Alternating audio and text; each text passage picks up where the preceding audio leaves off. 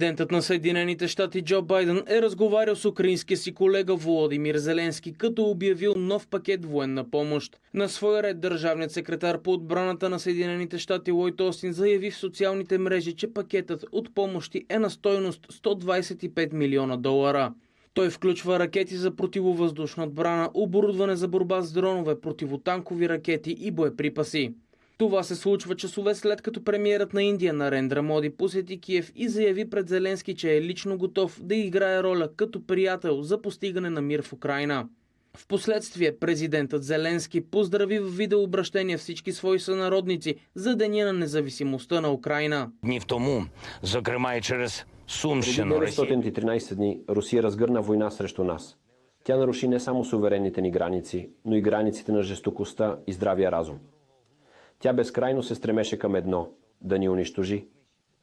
Вместо това днес отбелязваме 33-я ден на независимостта на Украйна.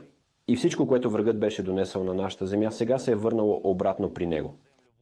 Междувременно на фронта украинските военни съобщават, че са използвали високоточни американски плаващи бомби, за да нанесат удар по руската област Курск и че са си върнали част от територията в източната украинска област Харков, която от пролетта е подложена на руска офанзива.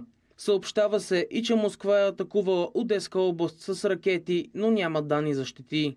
От другата страна на границата Русия обяви извънредно положение в част от Воронежка област след атака с дрон. Това съобщи местният губернатор Александър Гусев. По думите на Гусев, руските сили са прехванали 5 дрона. Падащите отломки са предизвикали пожар, довел до детонация на взривни материали. Инцидентът не е нанесъл щети на цивилни сгради, но е накарал властите да наложат извънредни мерки в 3 населени места в Острогожски район и да евакуират 200 души.